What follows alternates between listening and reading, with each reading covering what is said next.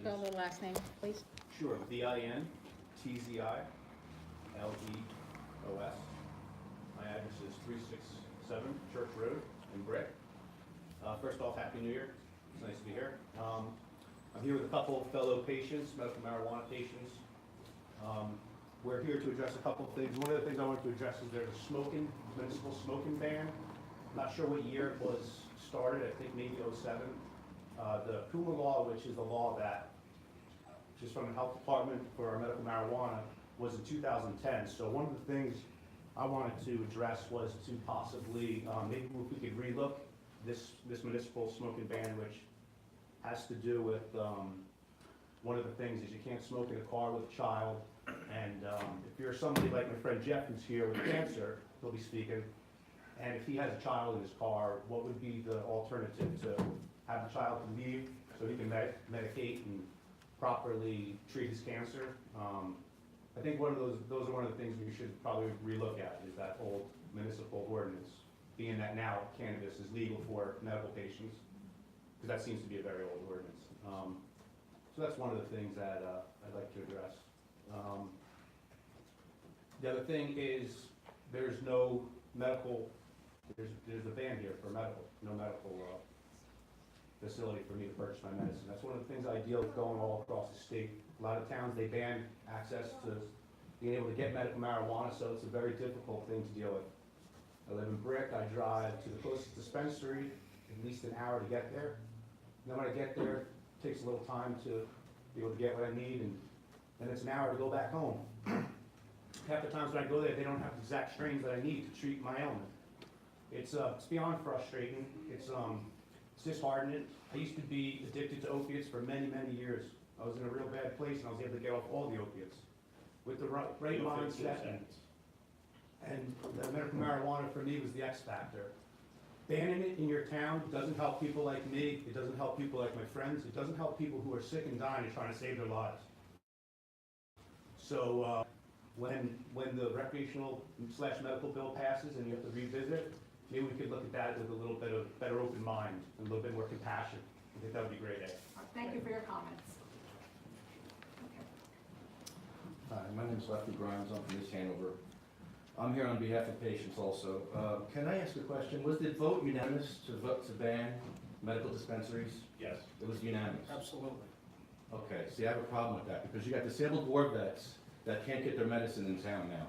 We need to treat our troops better than how you treat them. 22 vets a day are dying. They're killing themselves. And West Long Branch's answer to that is to take away their medicine. You need to get your priorities straight, because you don't even have wheelchair access in half the businesses in town.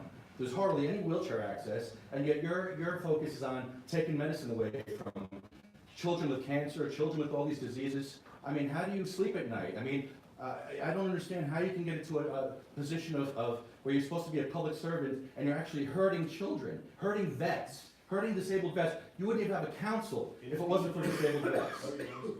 Lower my voice? Why? Because you're too loud. It's not too loud? Yes. I want to make sure everybody hears me, because people in this room have seen the children with cancer, they've seen the children in wheelchairs, and they've seen what's going on in this town, and they don't like it. I know a lot of people don't like it. I'd like to know if your chief supports job protection for his officers. Is your chief here? Is the chief here? No. There's such a stigma that I have to support job protection for cops. Me. The unions won't come out for job protection because it's federally illegal. So people like me have to advocate for your cops because you guys won't even do it.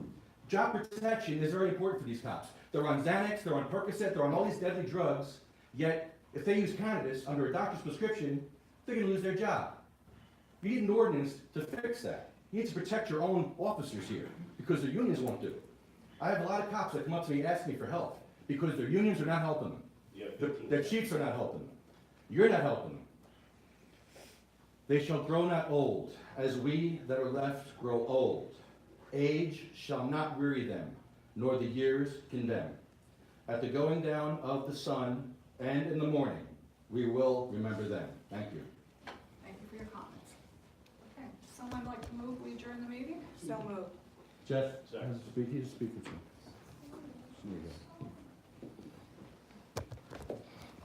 They want to get out of here. I'd like to sit down. You all know me, Here you go, Jeff Joe. Oaks, Oceanport, New Jersey.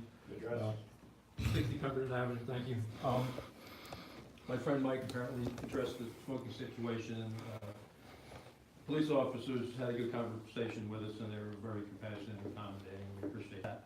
But I don't want to beat that into the ground, and so I'll just tell you up front, I'm not happy with the ban that you guys imposed. I think it's very hurtful on the people with disabilities. You know, we always talk about, you know, people being treated unfair. I think this is the case. But one of the oppositions to medical cannabis, and one of the groups of people that, well, maybe there's one here, I doubt it, the odds are probably pretty slim, maybe there's only one or two, or who knows how many children are in West Long Branch that have some sort of cancer or ailment that they are in the medical marijuana program. And we need to listen to all the time that it's bad for children, and you know, that it's gonna hurt them and somehow harm the youth, when in fact there's a program out there that offers an alternative to the opioid crisis, an alternative medication, and you guys banned it from your town. And then the argument is, oh, we can go to Eatontown and get it, or go to somewhere else, but that's just kicking the opioid problem under the rug, and I think that's kind of hurtful.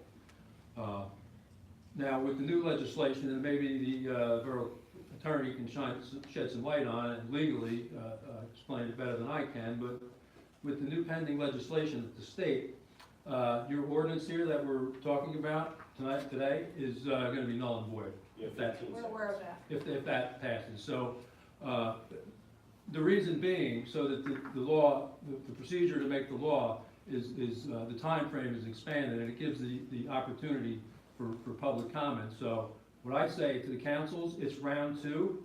We're going to do this again, and this time we're bringing back more people, because the medical community is not going to put up with the stigma anymore. We're dying with cancer, and we're not afraid to come protect our rights.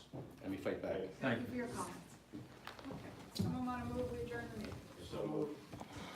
Second. Happy New Year, everyone. Happy New Year.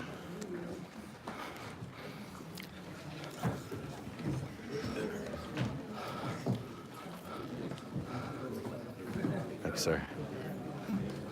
Have a good one, man. See ya. Thank you.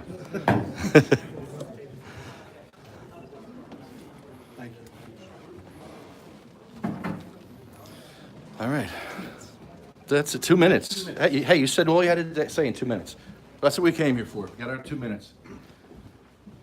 And that was a good one. Yeah, I guess we squeezed in what we could in those 2 minutes, right? It worked out. All right, see you next time. YouTube. Oh, am I on YouTube? Yeah, on YouTube. All right, they shall grow not old, as we that are left grow old. Age shall not weary them, nor the years condemn. At the going down of the sun and in the morning, we will remember that. Peace, Mikey.